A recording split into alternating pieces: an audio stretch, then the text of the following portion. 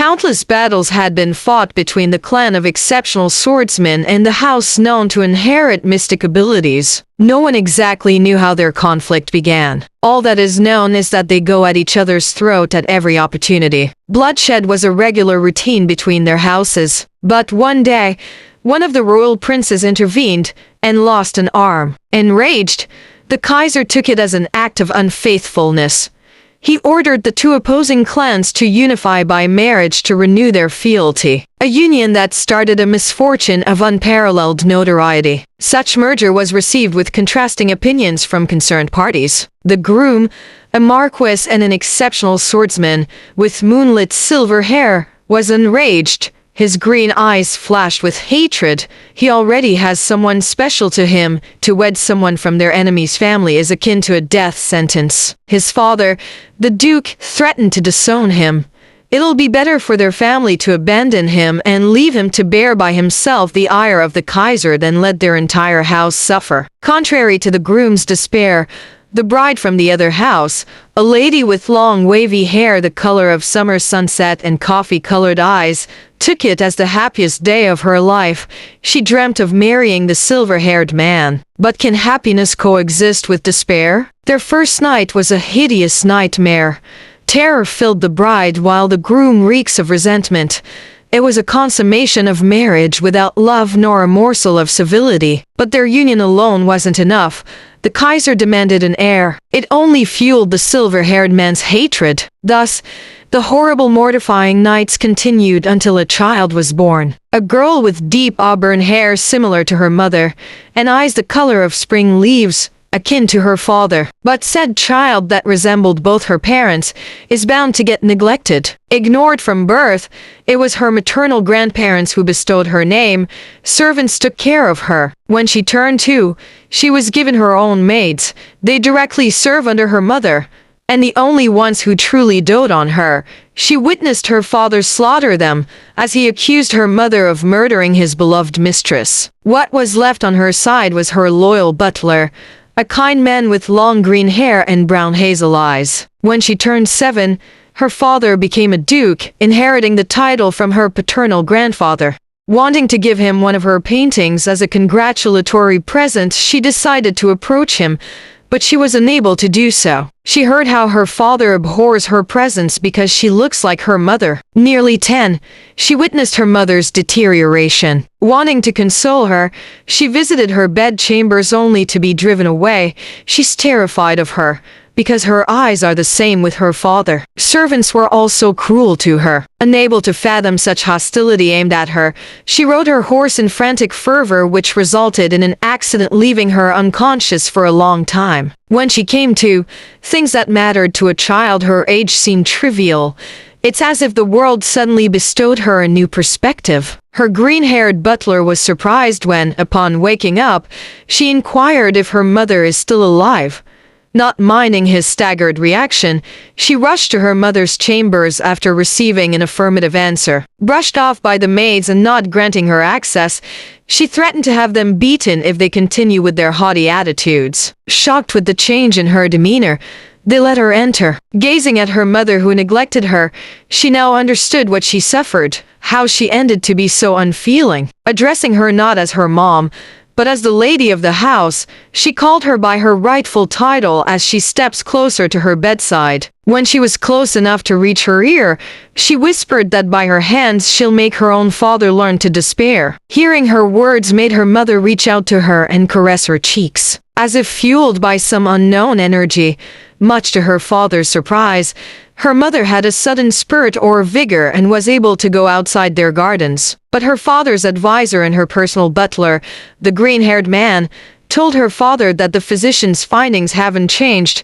His wife is just enjoying her days in palliative care. Changing the subject, her father inquired about her. Taking it as a positive turn, her butler started by informing her father that she'll be turning 10 at the end of the month.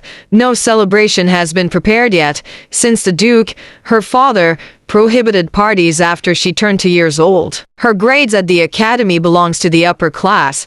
She placed second last grading per usual.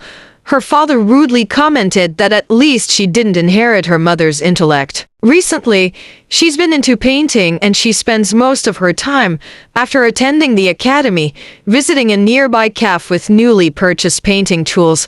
Her artistic skills are top-notch that even the Imperial Academy itself offered to host an exhibition for her work, but her father ordered the green-haired man to refuse the offer. When asked if she developed any mystic abilities, such as her predecessors from her mother's family, the green-haired man reminded her father that such abilities start to show at age 15. Her father asked about her swordsmanship.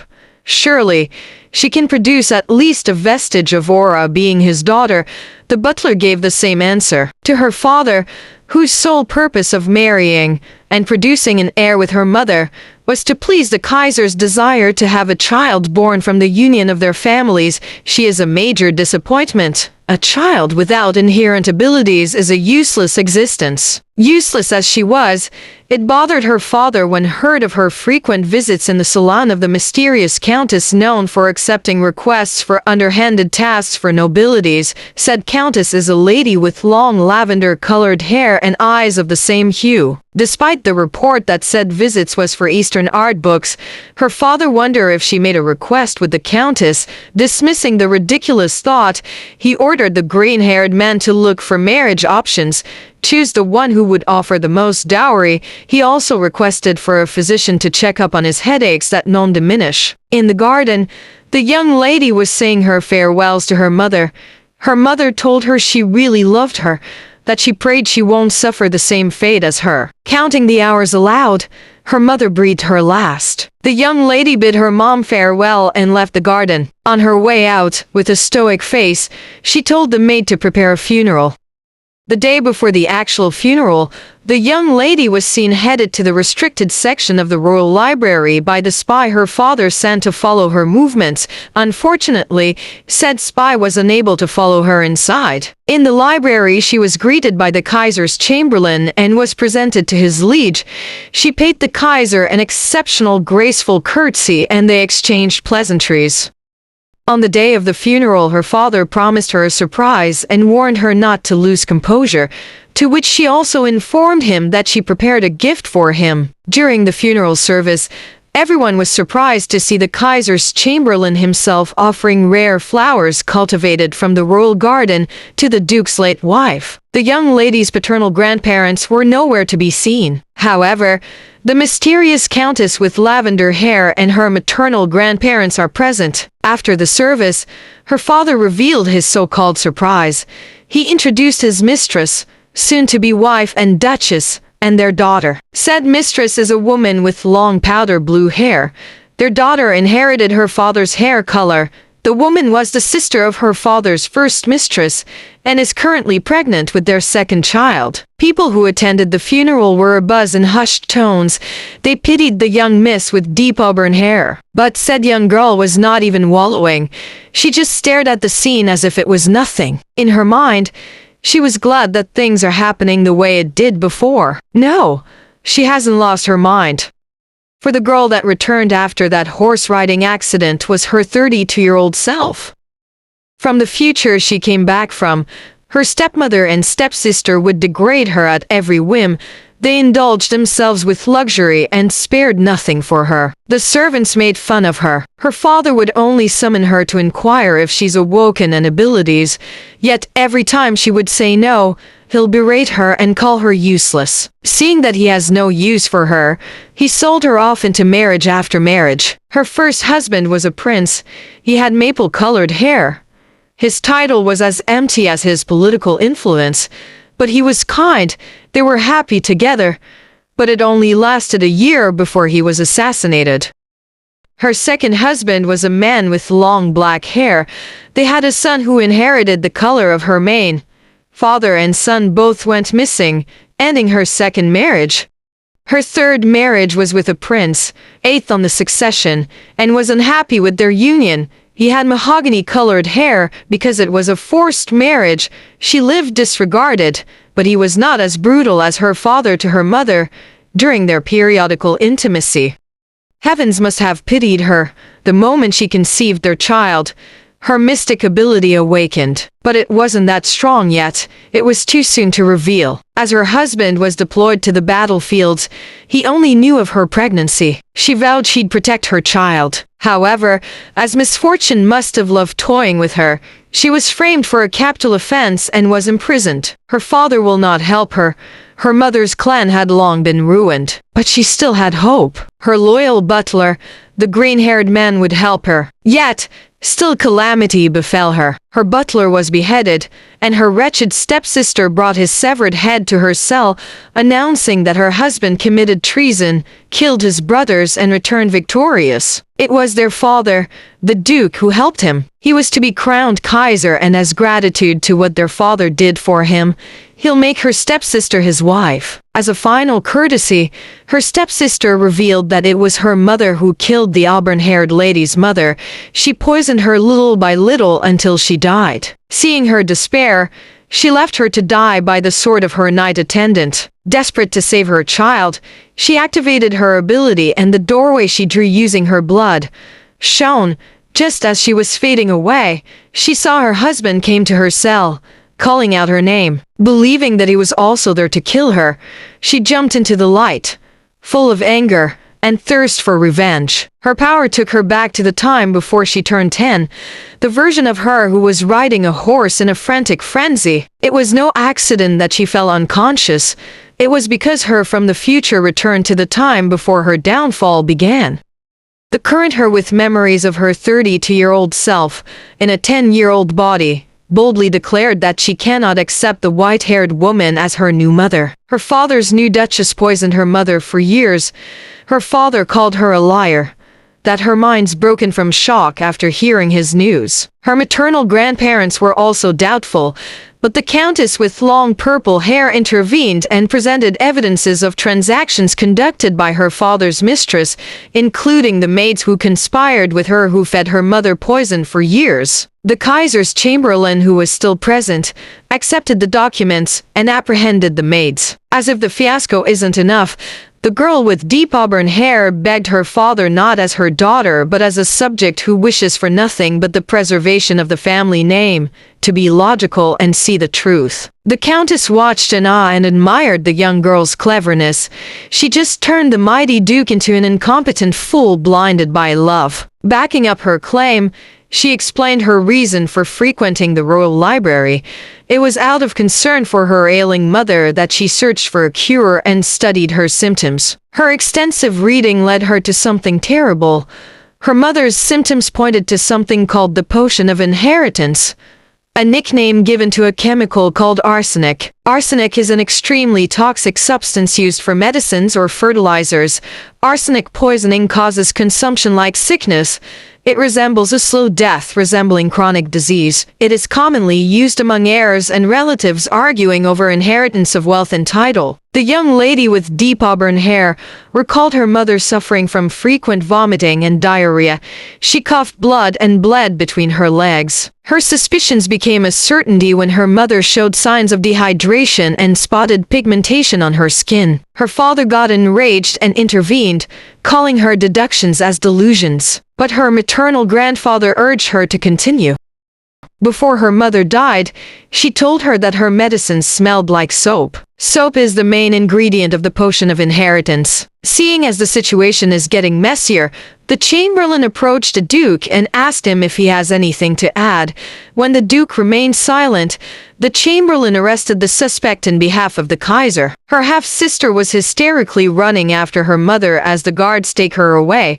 Her father, the duke, reminded them that the woman was pregnant, and considering she is his future duchess, they will subject her to courtesy that befits a noble. It ended with her maternal grandmother crying with pity for her mother, and her maternal grandfather asking the chamberlain to grant him full custody to the deep auburn-haired young lady until the investigations are over and her safety is assured. Seeing that the chamberlain is hesitation over the request, the mysterious purple-haired countess intervened and pointed out the awkwardness of the young lady to her father. The chamberlain then decided that until the investigations are through and if they find no crime was really committed, the deep auburn-haired girl shall stay under the custody of her maternal grandfather. Her father, after he grudgingly accepted the decision, left the venue. Her half-sister bawling was carried by the green-haired butler. Before she parted with her father, the Duke, she told him to make her half-sister take off the yellow dress she's wearing, beautiful as it was. It is highly toxic for it contains a vast amount of lead. The Duke was shocked. The dress was custom-made under the special request of his mistress, his precious daughter's own mother. However, still blinded by love, he blamed the tailors and swore that he'll have them all executed. The maternal grandfather of the young lady with deep auburn hair intervened and reminded the Duke of the previous events. His mistress might be secretly hating him. Rumors has it that he abandoned the sister of his current mistress and let her meet her demise. If it were him, he'll investigate his immediate surroundings. Left with a cryptic message, the Duke ordered the green-haired butler to thoroughly inspect the manor. As per the decision of the Kaiser's chamberlain, the young lady with deep auburn hair was brought under the wing of her maternal grandparents. Contrary to the cold treatment in her father's manor, theirs was warm and doting, with uncles near her age. She was even given a sugar glider as a welcoming present. Small though it was, she can't find a reason to call it cute. It was rather pitiful. Her grandparents agreed. Her grandfather labeled her as gentle-hearted. Hearing this exchange, her two uncles, her mother's younger brothers, commented that they'll find something big and strong. She had a weird feeling about it.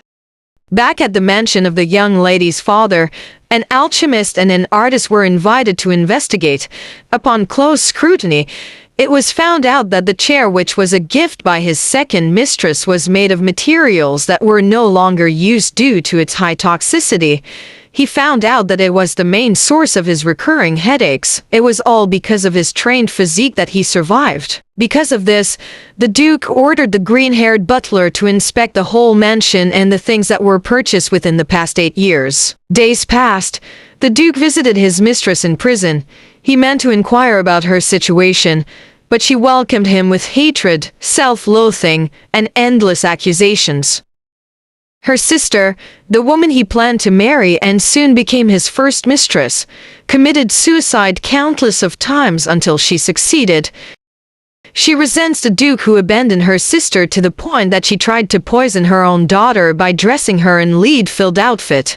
She wanted to see him suffer. Not bearing to see her crazed state, the Duke left and instructed the knight stationed at her cell to make sure she doesn't harm herself. Striding the vast hall of the palace, he pondered as to why it seemed as if the Kaiser's chamberlain shared a certain familiarity with his daughter, the young lady with deep auburn hair. He came upon a conclusion. He requested an audience with the Kaiser and asked what kind of bargain did His Majesty made with her. The Kaiser made fun of his insecure state. It was the mysterious countess with long purple hair who requested him to grant an audience with his daughter.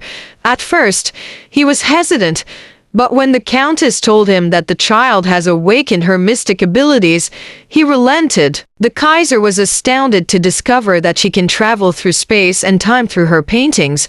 As proof, the countess witnessed the young lady paint her mother's funeral and got sucked in it. That's why she knew how her mother died. What astonished the Kaiser even more was her unabashed statement to keep his hands off her half-siblings. Being impatient, the Duke once again asked the Kaiser what his daughter offered to provide him with her ability. The Kaiser told him it all depends on his actions. This haughty attitude is not just an act of arrogance. Just as the Duke's family is known for their exceptional swordsmanship, and the young lady's mom for their mystic abilities, the royalty too possess dominion. They can read the minds of whose head they put their hands into. The Duke was then given a task to fix a disarray in the Western Front, wanting to have a leverage of some sort to negotiate with. The Duke accepted it with zeal, but the Kaiser has the upper hand from the very start. The young lady with deep auburn hair already agreed that she'd marry anyone the Kaiser chooses. Furthermore, the Kaiser's power is slowly weakening due to old age. What he really wanted from her is retraction. The moment he laid eyes on that girl, he felt a strong longing for his youth. The Duke was given a warning. Until the young girl's ability has fully awakened, he is to keep his hands off of her. Meanwhile, at the residence of the young lady's maternal grandparents, she expected at that time her father, the Duke, has heard all about her dealings from the Kaiser. Sipping tea with her grandmother, it was just another day of peace and luxury. Her young uncles being goofballs and wreaking havoc with their antics. She feared for their future. If she plans to take on the Duke and the Kaiser, she needs to do something about the happy-go-lucky house of her maternal grandparents. She already told the Kaiser about her ability. But it's more than just traveling through space and time. In the meantime, it's better to keep her cards and deal them cleverly. What the Kaiser knew was her ability is yet to fully awaken, and he wanted to use her as a political tool, but she already perfected it long ago. The Kaiser's selfish dream of having a hybrid from the union of her mother and father's clans was the root of all their misfortune. If she's to take on the Kaiser, she needs people on her side. Her father's butler, the green-haired man, is great at carrying out her father's order. If she can get him to her side, he can be an asset. She was pondering over things when there was a ruckus outside her room, caused by her young uncles nonetheless. This time she was given a lion cub, which she actually liked. Her grandfather went ballistic but calmed down as soon as she declared she likes it and already gave it a name. The quandary was just cleared when a servant informed her grandfather that her room is already finished. Much to her surprise, her grandparents not only gave it to her, they even did a formal room opening with all the servants present. Save for its overly youthful color, she liked it. Never in her life did she felt so loved. She just wished it wasn't colored pink. That night, over supper, she mentioned the exhibit the Imperial Academy was sponsoring for her, but her father declined. Bloodlust reeked from her grandmother, while her grandfather immediately left to talk to the dean of the academy. Morning soon came, with all things prepared for the things she needed. She met once again with the mysterious countess with long purple hair. It's time to make her mystic ability shine and made known to the world. Her grandparents were skeptical with her meeting the mysterious countess, but they trusted her better judgment and let her do her own thing. The countess, in return to the request she previously made, asked her to invite the Marquis, who severely injured his arm in battle. When she asked why, the Countess just answered enigmatically that she'll soon know. But the young lady accurately guessed it was for treatment. The Countess smiled with glee. The young lady in front of her is indeed exceptional. The young lady, in turn, accepted the request. The time of the exhibit came. The Marquis arrived and the young lady showed him a room with a ceiling-high ladder. Skeptical, he refused to climb it at first. The young lady pointed out that he's been informed of her ability. Without the recipient's content, it won't activate. She then mentioned the certainty of seeing his comrades again. That's when he relented. He was able to see and talk to his fallen comrades again. It even healed the wound on his face. When he came to, he asked the young lady how was it possible. Did they bring his fallen comrades back to life? The young lady told him it is all an illusion done through painting, but the sentiments of his comrades were real. Seeing how great her ability was, the Marquis offered a mine to give her as a symbol of his gratitude, but she refused and thanked him for his services in the battlefield. It is his hard work that allowed her a peaceful life in the present. After such exhibit, people flooded her grandparents' home to meet her. In contrast, the Duke's, her father's, manor was almost deserted. Frustrated by this turn of events, the Duke summoned his daughter from his second mistress. However, it only exasperated him to see how unladylike the bullying child was. She was already 7 and she's still babbling, his firstborn. The one with deep auburn hair was already full of grace at that age. Desperate, he instructed her tutor to be strict and teach her to be a proper lady. He decided to visit his daughter. The young lady with deep auburn hair granted a private talk with her father. The Duke, he told her that he already heard everything from the Kaiser and he's grateful for sparing him and his children, but the young lady won't have any small talk. She asked him what were his true intentions with such visit. He told her he wanted to return the favor, so she asked him to give her the green-haired man as her advisor. The Duke relented and she got what she wanted. When her father left, she told the green-haired man her real intent. She doesn't want him as an advisor. She wants him to teach her mother's family the composure her father, the Duke, often boasts of. As her newly acquired confidant puzzled over her request, her two rambunctious young uncles came. The green-haired man finally had a picture of the reason the young lady made such a request and what he was going to face as he takes on the role of said educator to their family. The young lady gave him additional instructions to get employees that will act as his assistants, but make sure that no servant working for the mysterious countess will get mixed up. She also told him not to get involved with the countess. Inquiring about her father's second mistress, she was informed that she finally gave birth. The young lady decided to visit said woman in prison. She did ask her father to give her his second mistress, and he acquiesced. The woman's bloody, disheveled state is a stark contrast to the woman she knew from her past life. Nonetheless, the hatred the young lady feels for her is the same. Her 32-year-old self from the past suffered a weak body because of the accumulated arsenic her father's mistress fed her. She discovered from past life that she fed arsenic even to her own daughter. Wallowing, since she was about to be executed, the woman bitterly talked to her but was given a boost of hope when the young lady informed her that she asked the Kaiser for the woman's absolution. The woman's gratitude overflowed and thanked her over and over. But the young lady was just fibbing. No absolution can be granted to the woman. The most that the Kaiser could offer her was a lifetime in prison. Still, the woman was hopeful and asked if she can take care of her newly born child. The answer is no. The Duke already named the child. Furthermore, it is evident that it wasn't the Duke's. It resembles one of the knights guarding the woman in prison, a strong proof of her infidelity. To the common people, a retracted execution is a miracle. Knowing that the young lady's maternal family submitted a leniency petition and the Kaiser relenting is truly an act of magnanimous kindness. But to nobility, it is a sentence far worse than a quick death. To be imprisoned for a lifetime is akin to a slow, excruciating death. The young lady's maternal family is a force to reckon with. They became fierce when they lost their only daughter. True enough, the woman, her father's second mistress, was sent to serve in a dye factory. That place was known to have toxins that make its workers suffer a slow, agonizing death. With her ability known far and wide after the royal exhibit, the young lady was given a royal banquet by the Kaiser to formally announce her awakening. The last awakening ceremony was 97 years ago. The Marquis that she healed built a facility for soldiers still suffering the traumas of war, and became the chairman of the Healing Foundation, was first to arrive with his daughter who inherited his title right after his encounter with the young lady. Deep auburn hair greeted the guests as the young lady with mystic ability entered the grand hall. People flocked around her, eager to make her acquaintance. Momentary hush befell the place at the announcement of the arrival of the Kaiser.